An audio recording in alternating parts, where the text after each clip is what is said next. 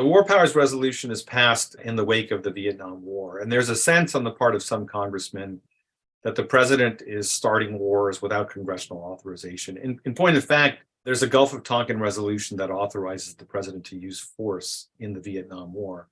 But I think some congressmen are upset that the president has bombed Cambodia and Laos, and that they're not covered by the Gulf of Tonkin resolution.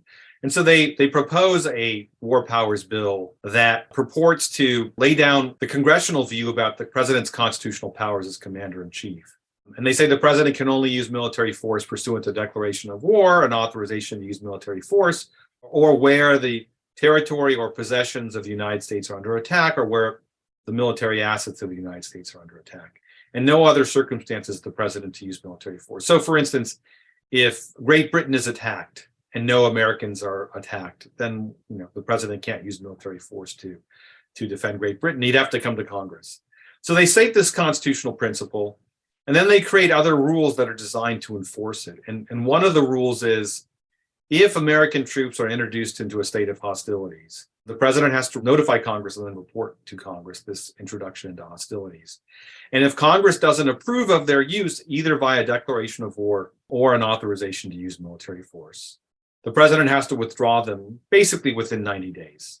And the thought is, we don't want you to continue to use military force without our approval, so you have to withdraw it. Nixon looked at this bill and said it was unconstitutional because it constrained his authority as commander-in-chief. He believed that the president could basically use military force and that Congress couldn't stop him, and that the only way that they could do that is by maybe some appropriation right, or you no longer can use money in this conflict. They couldn't pass a statute, beforehand, an ex ante limitation. The statute passed despite his veto, and it was on the books, and it's governed executive branch practice ever since. And there have been controversies as to whether or not the executive branch has complied. Most recently, there was a question about whether the bombing of Libya complied with the War Powers Act. The Obama administration took the position that bombing Libya did not constitute American forces in hostilities. They were, as one person put it, they were above the hostilities, not in the hostilities. And so therefore the War Powers Act didn't apply, and therefore the 90-day window did not apply.